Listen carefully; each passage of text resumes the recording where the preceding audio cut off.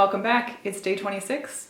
I'm back in Wisconsin after my guest artist recital trip to Arkansas State. And so we're going to do something a little bit different today. Before we dive in, I want to share a quote from a friend of mine, Zoe Sorrell. She's a flutist and poet, now a children's author. And she posted something on Facebook a few weeks ago that has really stuck with me over the last few weeks. And so I wanted to share this with you. She says, 40% of practicing a musical instrument is practicing what thoughts to think where. 40% is teaching your body and nervous system that this is not a dangerous activity. And only 20% is all the stuff we traditionally think of as practicing and drilling. I think there's a huge amount of truth in that. So in that spirit, I come to you today without my clarinet. I've just gotten back from this trip, and I think it's a good time to have a little post-recital reflection. So I'm going to talk to you about what I think went well, what I wish would have gone better, what I would do differently in the future, and then maybe wrap up with, what I'm going to be doing next. So I'm filming this a week after the recital happened. It's taken me until last night to actually go and listen through the live stream. Because up to that point, it's Schrodinger's recital, right? You can imagine that it went both wonderfully and terribly. And so for better or worse, listening back will bring your perception more in line with whatever reality is. So diving right in, what I think went really well, I think I was in the right headspace.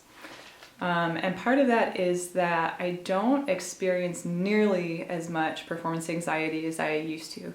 I had an unearned amount of confidence through high school, and then I think through undergrad and grad school, I really struggled with performance anxiety.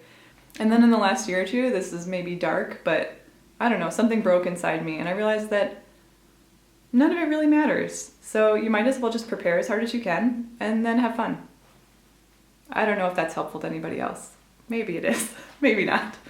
But anyway, so I was in the right headspace, feeling ready, and then I think that in turn helped me put out the right vibes. Meaning I feel like I conveyed what I wanted to for the most part with the pieces I played.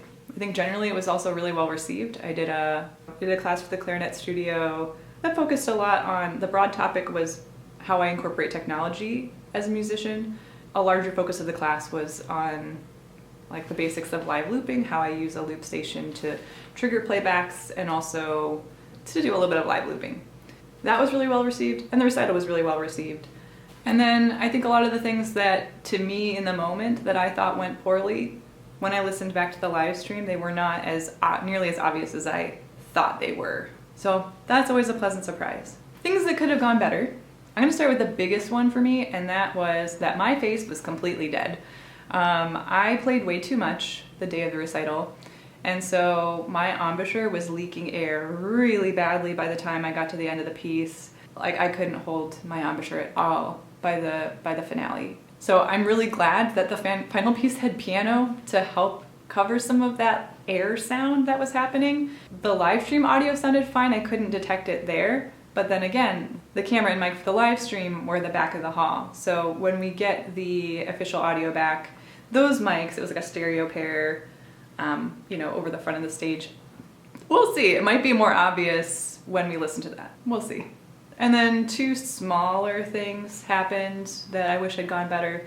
Laying out all my music for each piece took too long. It felt like it disrupted the flow of the performance. Oh, and the last thing that I wish had gone better was there was a section in the final piece that got going too fast. It's like an abrupt tempo change. Got going faster than I could control.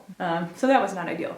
So what would I do differently in the future? These are pretty much tied directly to the things that I wish could have gone better. I would not have played as much beforehand.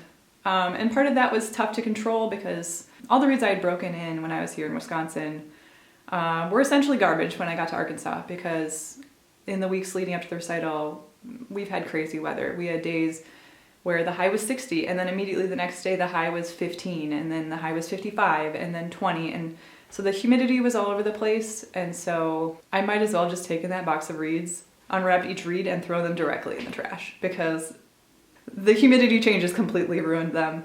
So I am grateful that I arrived a few days ahead of the recital, because it did give me some time to discover my current reeds were trash and to get new ones started. And then thankfully the humidity was pretty consistent there. It took a couple days, but I was able to get some things at least broken in enough that I could use them for individual movements or individual pieces.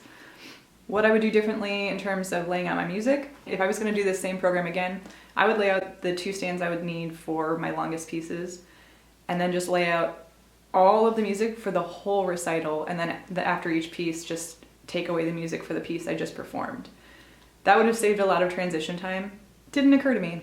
The other alternative that I know some of you are screaming at me right now is just get a damn iPad already. The irony is not lost on me that I went and did a music and technology course, and yet I am a paper sheet music troglodyte, so I'll work on it. iPads are expensive, you guys. And in terms of my last complaint, which was the section of the piece that got going too fast, that would be something that could be remedied with more deliberate rehearsal with an accompanist.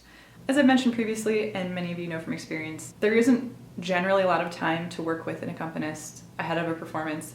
So just coming in, knowing where those transition spots are, knowing where the treble spots might be, and really honing in on those and focusing more on those spots rather than longer run-throughs, that could have both saved my face and maybe helped more with that section. So to wrap up, I think things went really well overall, especially considering this was my first full solo recital since COVID. It was a good time. I would definitely do it again. I loved the pieces I programmed for this recital, although I am ready to put them away for a little bit and start on something new, which leads me to our last heading, which is what I'm doing next. So I've got some projects right now. I need to finish up some soundtrack recording. That's got an actual deadline attached to it, so that's a big priority for the next 2 weeks. I am part of a newly formed chamber ensemble called North Winds, and we have our inaugural concert at a local art gallery here towards the end of April. And so it's kind of an unusual instrumentation. So part of our program is things done all together as a group, and then part of the program is more modular, smaller groups and solo players. So I am going to be doing a solo bass clarinet piece. I think the next practice video I do is going to be on getting into that because it's a piece with fixed media. So I want to show you how I'm approaching that. And then when that is done, as many of you know, I put out a solo EP on the winter solstice called The Longest Night. And I actually have a full-length solo album that's coming out this July called Ulissa. And most of the work is done on that. Most of the recording is done. Most of the editing is done. But a really important part of the process is getting things as done as you can get them, and then putting it away for a long time, and then coming back with fresh ears and listening. You gotta give your ears a little bit of a palate cleanser, and then when you come back, you hear things that you never picked up before. So I'll be returning to editing that project. A few extra layers I'm gonna add to some of the tracks, and then there's one track that I'm considering doing some pretty major rewrites to. But yeah, I needed to take some time away before making that decision. So I'll be getting back into that. I think it's good after a big performance like that to take a moment and reflect. Thanks for watching, and I'll catch you for day 27. Bye.